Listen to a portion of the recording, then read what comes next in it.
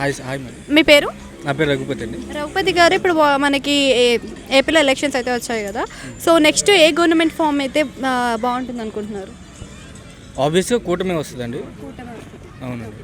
అంటే ఇప్పుడు కూటమికి సపోర్ట్ అయితే యూత్ ఉన్నారు అంటున్నారు. అంతకన్నా ముందు మనకి వైసీపీ నుంచి చూసుకున్నట్టయితే సంక్షేమ పథకాలు చాలానే ఇచ్చారు. సో అలా కాకుండా ఇంకా విద్యార్థులకు కూడా అమ్మఒడి అని చెప్పేసి ఇచ్చారు. మరి అవన్నీ ఎక్కడికి వెళ్తాయి అనుకోవచ్చు? అవి సంక్షేమ పథకాలు అనే దానికంటే కూడా ప్రజల్ని సోమరిపోతులు చేసే పథకాలు అంటే బెస్ట్ మేడం. అవి మనకి ఇప్పుడు అదే చూసుకున్నట్టయితే మరి చంద్రబాబు చెప్పిన మేనిఫెస్టోలో కూడా అలాంటి పథకాలే కనిపించాయి కదా. గెలవాలిగా మేడం, మరి గెలవాలంటే చెప్పాలి కదా. సోమరిపోతులం కాదు మేడం, డెవలప్మెంట్ అనేది అవ్వాలి కదా. ముందు జనాలు ఏంటంటే సోమరిపోతనానికి ఎక్కువ అలవాటు పడిపోయారు. అంటే ఎవరు ఎక్కువ పథకాలు ఇస్తే వాళ్ళని గెలిపిద్దాం.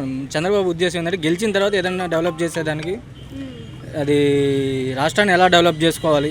ఇంకో 5 ఏళ్ళు జగనే ఉన్నాడంటే మరి ఇంకా అరాచకం అయిపోద్ది. ఇంకా మళ్ళీ టీడీపీ గవర్నమెంట్ వచ్చేది అనేది ఇంక నమ్మకం పోయింది కాబట్టి.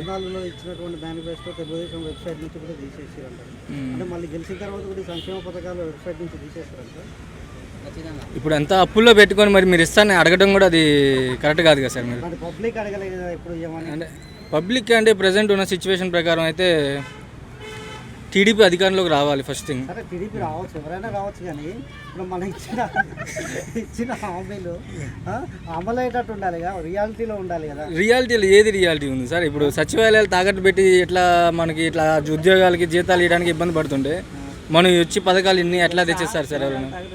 అంటే చంద్రబాబు నాయుడు ఏమన్నా అన్నాడా, మేము అధికారంలోకి వచ్చిన తర్వాత ఏ ప్రభుత్వ ఆస్తిని కూడా తాకట్టు పెట్టాం, సొంతంగానే చంద్రబాబు ఆస్తులన్నీ పెట్టి మనందరికి చూపిస్తాడు, బాగా చేస్తాడు సార్. నేను ఒకటే చెప్పదలుచుకున్నాను, నేనైతే పక్కా టీడీపీ.